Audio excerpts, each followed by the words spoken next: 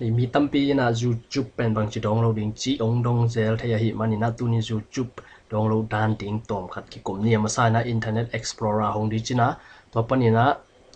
www.youtube.com ading ite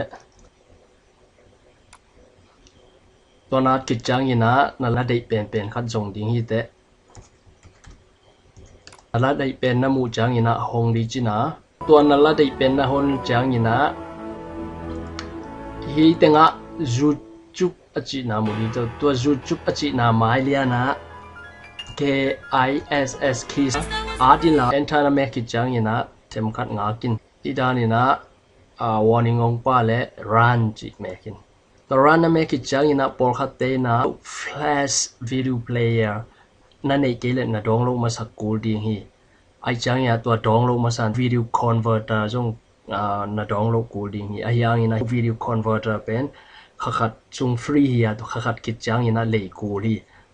amma sana tu ni na bang chi download ding chi ong hil ma san chik ma download ngei lo te fresh video player nei lo te na download FLV video player chi pen download ma sakul ding hi thoi mana a link mek le chin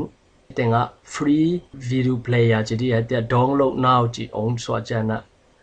here chi na mek le chin ama le man download phe ding hi to chang ina run mekin to tengang swak pe pe step khat khit khat na zu in la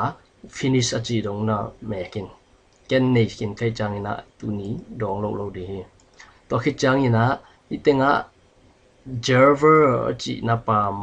a noi lam ko mya khat mu ding cha to mya mekin to mya na me khit chang ina na video pen a download ding hi ta hi te itenga na video pen na download ding a save pa in la amin na piang no khat pya in la to te .flvg a di mangil ke in amin na pya khit te .flvg pe lo a di la to te save ji lo a download lo hi tai na download khit te aman dong nga kin lung doi takin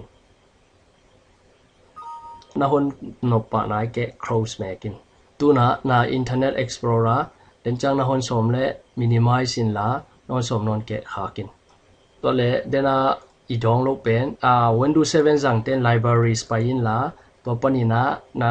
file dena na save na ending hi ten na save na pen ke ya pe my music a omai chang ina hi tenga Jesus por khatte Windows media player default hi ai chang ina thakadin kinga loi ai chang ina right click in la open with flash player chi to mekin FLV player to make legend na video pen ong kyong li dena I download pen bang chi convert di chi jong atom min ong la ning AVS video converter hong in la to ting panina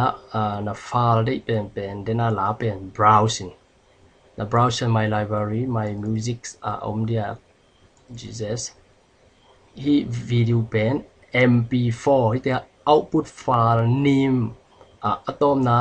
pe na mp4 achi pen tel mp4 ya mek le chin jong king ai ayang hi input file ni pen alulu bang file to ki save chi pen hi output file ni ma di ka hi and hi convert no mi cha bang to convert ding chi ai chang ina ya nam tam pio mi ayana en tun hi mp4 to hi dinga YouTube ba koi chi download din chi mp4 hi chang ina YouTube banga I download no te man lang zo hi to le convert now chi pen mekin tu na convert hi